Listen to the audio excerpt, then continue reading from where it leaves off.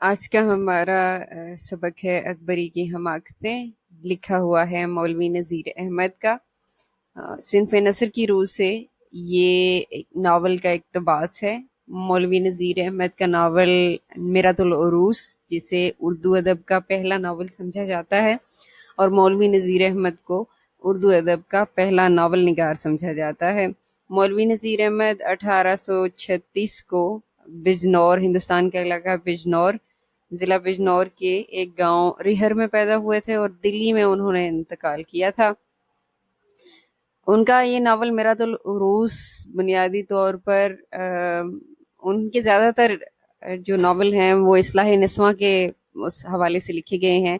ख़वातीन की इस्लाह, ख़वातीन चूँकि माशरे का एक अहम किरदार होती हैं और आइंदा नस्लों की बेहतरी का दारोमदार ख़वातीन पर ही है, माओं पर होता है। ज़ाहिर है ख़वातीन ही हैं जो एक अच्छे माशरे की बुनियाद डालने में सबसे ज़्यादा अहम किरदार अदा कर सकती हैं, क्योंकि माशरे के तमाम अफराद असल में उन ख़वातीन की परवरदा होते हैं। उनका ये नावल भी जो है ये इस्लाह निस्वां के हवाले से लिखा गया है। नावल में तो बुनियादी तौर पर जो नावल का बुनियादी किरदार है वो एक खातून है असगरी नाम की। अकबरी की हमाकतें हमारा जैसा कि उन्वान है सबक का। अकबरी जो है वो असगरी की बहन है। दोनों बहनें एक ही घर में ब्याह के गईं। एक की शादी हुई, अकबरी की शादी हुई मोहम्मद आकिल के साथ, और असगरी की शादी हुई थी मोहम्मद कामिल के साथ। दोनों बहनों के मिजाज में, आदात और हरकत में ज़मीन आसमान का फ़र्क था। असगरी इंतहाई सुलझी हुई औरत थी, जबकि अकबरी इंतहाई बिगड़े मिजाज की बद मिजाज औरत थी। और नावल में दोनों तरह के किरदारों को दिखाकर ये बताया गया है। ख़वातीन की इस्लाह मतलूब थी कि सलीका शियार ख़वातीन जो होती हैं वो किस तरह से अपनी ज़िंदगी को खुशगवार बना सकती हैं और माशरे पर उनके क्या असरात मुरतब होते हैं, जबकि जो बदसलीका ख़वातीन होती हैं, अक्खड़ मिजाज होती हैं, उनको फिर अपने बदमिजाजी के नताइज भुगतना पड़ते हैं। हमारा ये शामिल निसाब जो सबक है ये नावल ही का एक हिस्सा है, एक चैप्टर, एक इक़्तिबास समझ लें। और इस इक़्तिबास में सिर्फ अकबरी और उसके मियाँ का जिक्र हो रहा है और अकबरी की हमाकतों का जिक्र हो रहा है। बाकी नावल के साथ इसका वो आपको मैंने पस मंज़र के तौर पर बता दिया है। इस सबक में बुनियादी तौर पर हम बहस कर रहे हैं अकबरी की हमाकतों से। शुरू में थोड़ा सा पस मंज़र दिया गया है, देख लेते हैं उसको। अकबरी मिजाजदार बहू। अकबरी को मिजाजदार बहू भी कहा जाता था। मिजाजदार से मुराद है कि वो एक शहाना मिजाज रखती थी, बहुत अक्खड़ मिजाज की मालिक थी, इसलिए उसको मिजाजदार बहू भी कहा जाता था। एक खासी बेवकूफ़ और फोहड़ लड़की है, फोहड़ बदसलीका, जिसकी शादी मोहम्मद आकिल से हुई। मोहम्मद आकिल उसका मियाँ है। अकबरी को मिजाजदार भी कहा जाता है। उसने सास ससुर से लड़ने झगड़ने के बाद रूठ कर अपने खामन के साथ अलग घर में रहना शुरू किया, लेकिन उसकी बदइंतजामी और नासमझी ने घर को बर्बाद करके रख दिया। इसी दौरान में वो कुटनी के हत्थे चढ़ गई। कुटनी जो है वो एक रिवायती माशरे की वो तरार औरत है, एक चालाक औरत के जिसका काम धोखा दही होता है। वो फितना और फसाद का मरकज समझी जाती है, लोगों को धोखे से वो लूट लेती है, इस तरह के उसके काम होते हैं। ये थोड़ा सा पस मंज़र था अकबरी का कि वो कैसी थी। और सास ससुर से, हालांकि दोनों बहनें एक ही घर में ब्याह के गई थी, असगरी सास ससुर के साथ रह रही थी, लेकिन अकबरी ने झगड़ा करके अपना अलग घर वो कर लिया, ले लिया, और वो अपने मियाँ के साथ, मोहम्मद आकिल के साथ अलग घर में रहने लगी। इसी दौरान में उसका वास्ता पड़ा कुटनी के साथ। अब देखते हैं आगे। इत्तेफाक से उन दिनों एक कुटनी शहर में वारिद थी, आई हुई थी, मौजूद थी, और हर जगह उसका गुल था, गुल, चर्चा, शोर। मोहम्मद आकिल ने भी बीवी से कह दिया था कि किसी अजनबी औरत को घर में मत आने देना।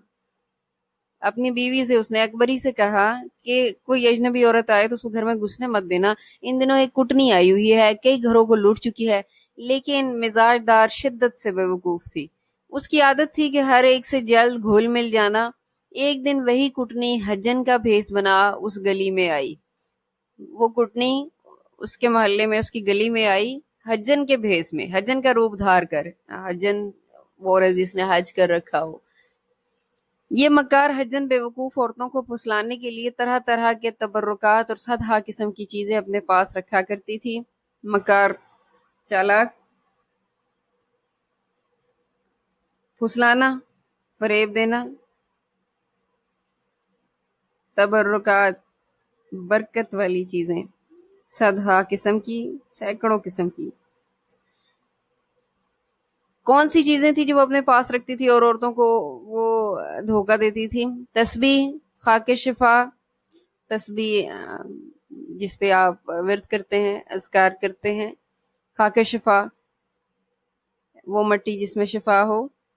बुनियादी तौर पर वो हज के सिलसिले में जब हिजाज़ मुक़द्दस गई तो वहाँ से वो कोई मट्टी उठा लाई, तो उस मट्टी को उसने खाके शिफा का नाम दे दिया। अक्सर घरों में भी, गांव देहातों में घरों में लोगों ने एक मट्टी की पोटली बांध के रखी हुई होती है, किसी बुजुर्ग सूफी के मज़ार से उठाई हुई, और लोगों का ये अकीदा होता है कि ये खाके शिफा है, बरकत वाली है, और अगर आपको कोई बीमारी है तो आप वो मट्टी की पोटली अपने जिस्म पर, जहाँ कहीं आपको तकलीफ ना मुब्तला हैं आप, वहाँ पे आप उसको फेरें तो उससे आपको काफ़ी राहत मिलती है और आपको शिफा मिलती है।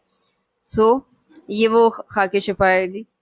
जमजमिया, जमजमिया वो कटोरियाँ होती हैं छोटी छोटी जिनमें आब जमजम पिया जाता है। मदीना मुनव्वरा की खजूरें, कोहे तूर का सुरमा, कोहे तूर वो पहाड़ है जहाँ पर हजरत मूसा अल्लाह ताला से कलाम किया करते थे। खाना काबा के गिलाफ का टुकड़ा, अकीकुल बहर, अकीकुल बहर जो है ये कीमती पत्थर होता है सुर्ख रंग का। मोंगे के दाने, मोंगे के दाने जो हैं ये भी आप इसको कह सकते हैं, मरजान भी इसको कहते हैं। एक किस्म का सुराखदार दरियाई दरख्त होता है जिसे समंदरी कीड़े जो हैं वो बनाते हैं, और जब इसे पानी से बाहर लाया जाता है तो ये ठोस हो जाता है, पत्थर हो जाता है।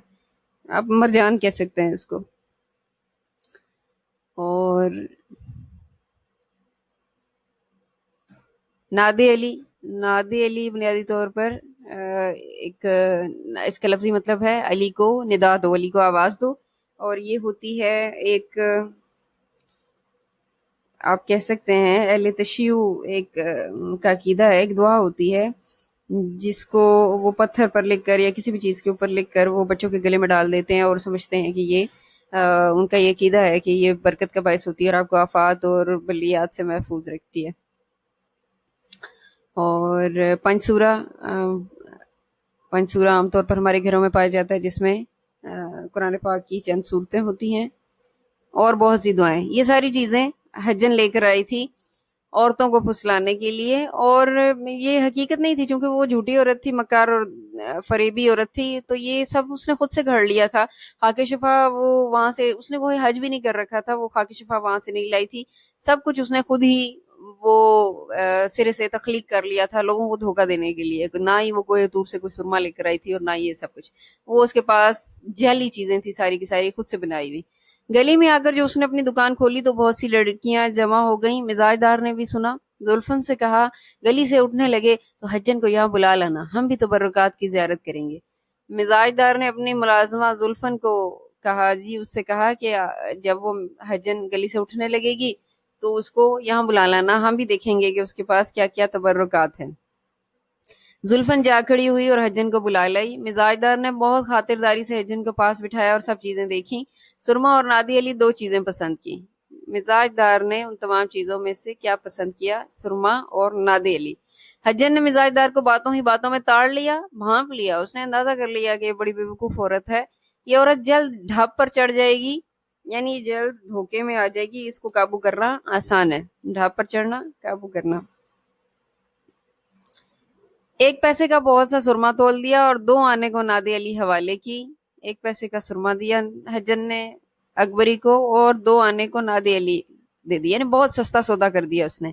और फिरोजे की एक अंगूठी तबर्रुक के तौर पर अपने पास से मुफ्त दी। तोहफे के तौर पर, तबर्रुक के तौर पर हज्जन ने अकबरी को फिरोजे की अंगूठी भी दे डाली। फिरोजा सब्जी माइल नीले रंग का पत्थर होता है। मिजाजदार रीझ गई رس جانا، لٹو ہو جانا، فریفتہ ہو جانا، مائل ہو جانا۔ اس کے بعد حجن نے سمندر کا حال، عرب کی کیفیت اور دل سے جوڑ کر دو چار باتیں ایسی کیں کہ مزاج دار نے کمال شوق سے سنا اور اس کی طرف ایک خاص التفات کیا۔ التفات، توجہ۔ حجن نے پوچھا، کیوں بھی، تمہارے کوئی بال بچہ نہیں؟ اب حجن اس سے ذاتی معلومات لینے پر تلی ہوئی ہے، وہ اس کو اصل میں جانچنا چاہتی ہے کہ اس کو کیسے قابو کیا جائے۔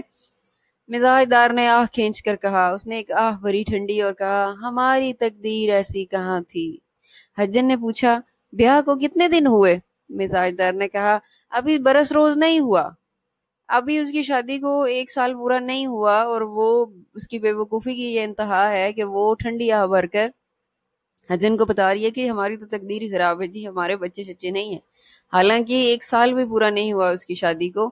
یہ اس کے احمقانہ پن کی ایک علامت ہے۔ مزاج دار کی بے عقلی کا اب تو حجن کو یقین ہوا اور دل میں کہنے لگی کہ اس نے تو اولاد کا نام سن کر ایسی آنکھ کھینچی جیسے برسوں کا امیدوار۔ حجن نے کہا، نا امیدی کی بات نہیں، تمہارے تو اتنے بچے ہوں گے کہ تم سنبھال بھی نہ سکو گی، البتہ بالفعل اکیلے گھر میں جی گھبراتا ہوگا۔ میاں کا کیا حال ہے؟ بالفعل، اس وقت، فی الحال، اس وقت وہ اسے کہتی ہے جی کہ نا امیدی کی بات نہیں، مایوس مت ہو، تمہارے بہت بچے ہوں گے، ہاں چونکہ ابھی نہیں آئے تو گھر میں تمہارا اکیلے جی گھبراتا ہوگا۔ میاں کا کیا حال ہے، اس کے کہنے کا مطلب یہ ہے کہ میاں کا رویہ تمہارے ساتھ کیسا ہے؟ مزاج دار نے کہا، ہمیشہ مجھ سے ناخوش رہا کرتے ہیں۔ یہ جواب دیا ہے مزاج دار نے کہ اس کا شوہر اس سے خوش نہیں ہوتا، وہ ناراض رہتا ہے اس سے، اور یقیناً یہ اس کی بد سلیقگی کی وجہ سے ہے، اس کے مزاج کی وجہ سے ایسا ہے۔ یہ حجن اندازہ کرنا چاہ رہی تھی، وہ ایک منصوبہ تیار کر رہی تھی اس کو قابو کرنے کا۔